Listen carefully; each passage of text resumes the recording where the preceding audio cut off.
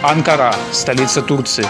Огромный город с населением 5 миллионов человек, в котором практически нет достопримечательностей. Из интересного здесь разве что Аниткабир – это мавзолей первого президента Турции Ататюрка. И много правительственных зданий. Еще здесь можно посмотреть на трущобы вокруг замка в самом центре города. Можно взобраться на сам замок и посмотреть на вид. Пофоткать стекло и бетон. Можно познакомиться с турецким автопромом, который очень похож на наш отечественный, потому что большинство машин это лицензионные копии фиатов. Можно встретить и наши лады.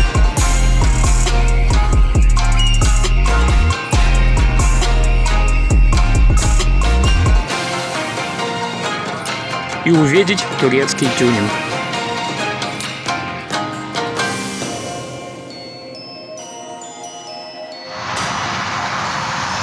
Так, это моя первая точка автостопа. Выезд из Анкары. Я буду стопить с этой заправки. Машины ездят, конечно, быстро, но не как в Украине, по крайней мере, не 150 км в час. Я уверен, у меня есть шансы.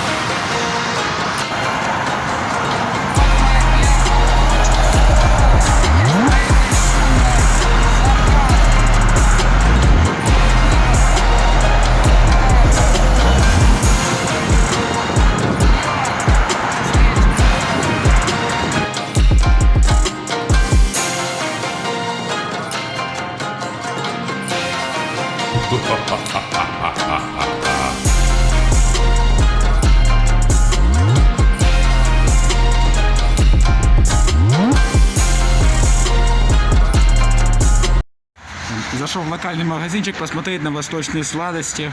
Вот тут разные виды бахлавы, тортики вот такие вот с фруктами, походу. Такое вот есть. Нараба, печенье, бублики, булочки. Все такое ароматное, свежее. Лаваши, огромные хлеба. Курица, наверное, тоже продается. А еще тут продается какая-то консервация, что-то типа наших огурцов и квашеной капусты. Вот в таких вот баночках с пластиковой крышечкой. И в таких вот больших банках, литров по 5. Дают гор трусу. Не знаю, что это, но надо их перевести. Также продается мороженая рыба. Вот есть лосось по 100 лир. Это, грубо говоря, $12 за кило. Что достаточно дешево. Морская, кстати, написано. А дальше фрукты. Куда ж без фруктов в этой стране? Особенно без мандаринов.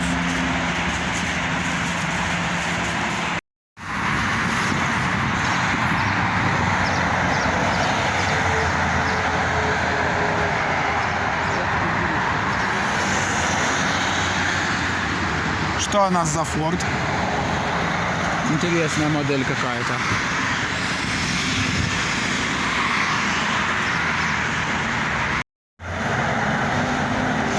Типа набережная.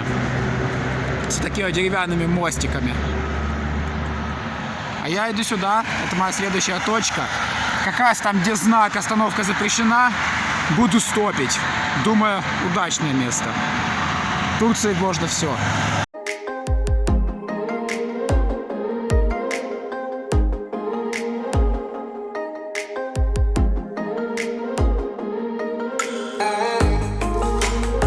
Так выглядит парк в моей первой промежуточной точке в городе Гёльбаши. Здесь есть вот такие часы лондонского типа. Здесь вот такая вот симпатичная библиотека. И, конечно же, памятник Ататюрку с большим турецким флагом. Да тут у меня серьезная конкуренция. Тут чувак с хлебами стоит. Что-то мне кажется, его быстрее подберут.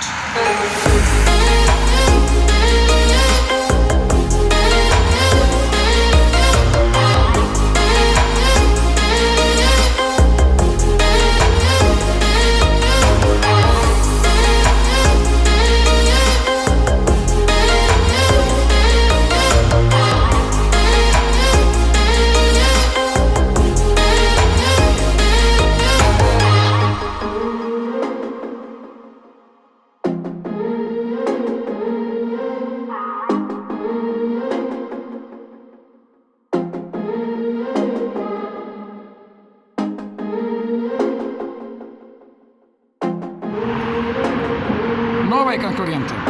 Кажется, это реально не очень удачное место для стопа. Блин, откуда вас столько?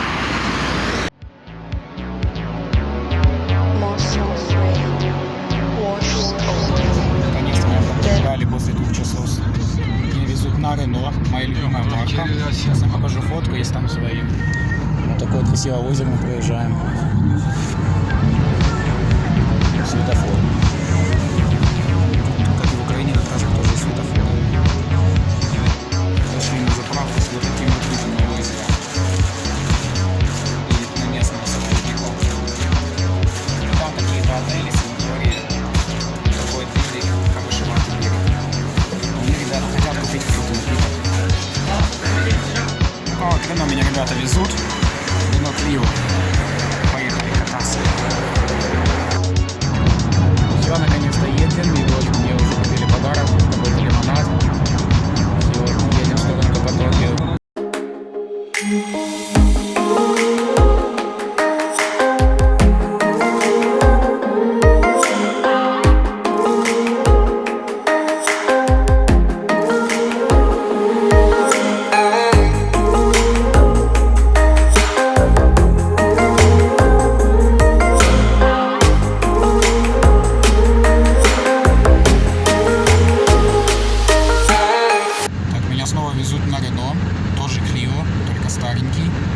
И вот сейчас мы проезжаем Соленое озеро, аналог крымского Севаша.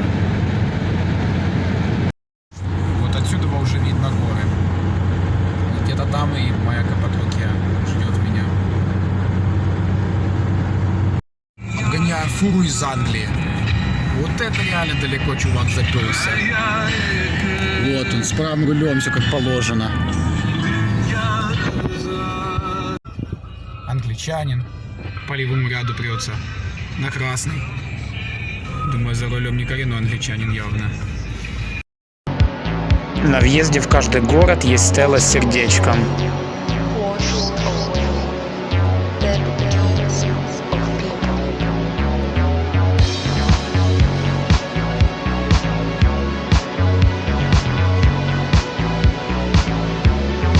Абсолютно нормально ездить вот так, по встречной. По обочине. По обочине типа можно.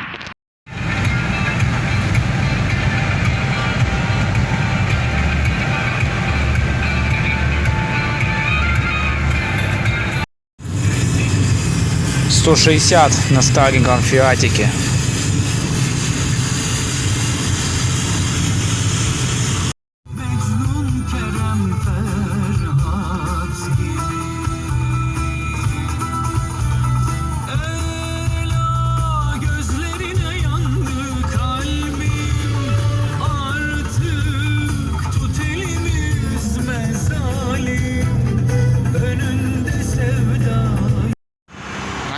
Чувак меня доставил прямо к замку.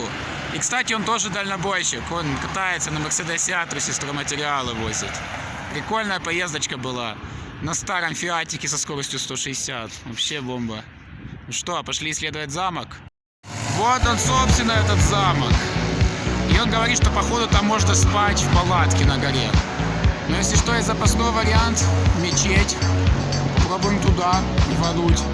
Нет, так, мест тут много.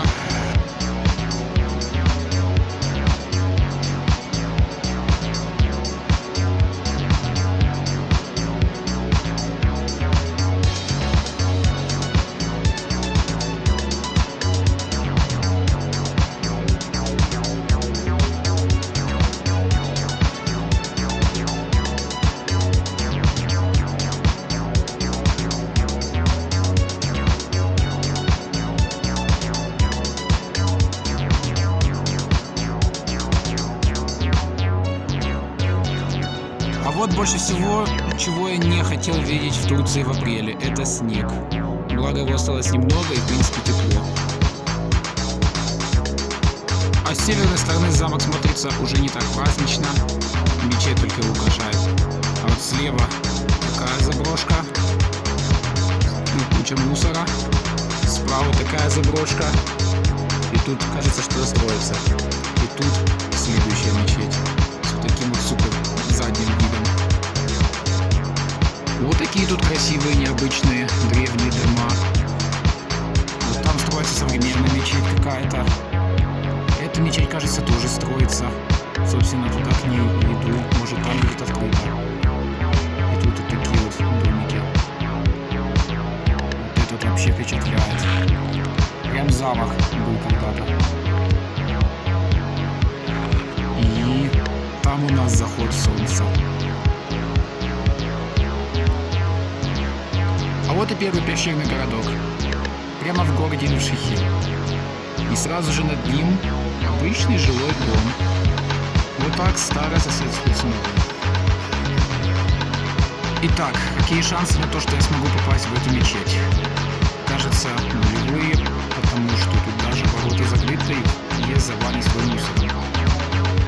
Хотя двери внутрь открыты, так что надо пробовать. Ну что, пробуем. 0 шансов. Не повезло мне с этой мечетью. Хотя вот видно, что то ли дверь, то ли окно открыто там. То есть теоретический шанс туда попасть есть, но мне нужно перепрыгнуть через забор. Этого я делать не буду. Я не у себя дома. Поэтому пойду на следующую мечеть, которую видно отсюда. Ведь сумерек с горы я насчитал штук 7. Let's go. Да, вот тут такая живописная улица, и тут люди реально в руинах живут. Вон чувак на меня смотрит. Стараюсь снимать аккуратно еще. Такой гараж с диваном. И там вот замок. А здесь пещеры. Вот так люди живут в вполне культурной стране Турция, которая вполне развитая. Среди руин, развалин. Дальше. Боже мой, где я гуляю? Неужели это сказочная Каппадокия? Как в лагере. О, а тут дети на велике катаются. Прикольно. Можно попробовать автостоп на велике. Давай, быстрее, быстрее. А эта улочка более оживленная. Здесь сушится белье, гуляют собачки, люди ходят. Кажется, я добрался до цивилизации. Пойду проверять эту мечеть. Попробую зайти в эту мечеть. Мечеть по-турецки будет Ками, кстати. Ками. Вот такая тут улочка. Сейчас посмотрим, как там внутри. Дверь открыта.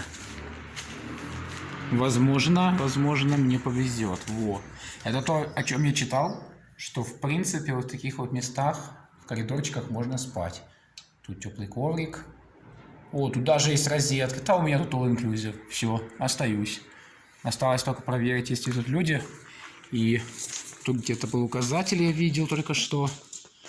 Кажется, там туалет и умываться надо. Сейчас пойдем проверим. Вписка. Вау, кажется, тут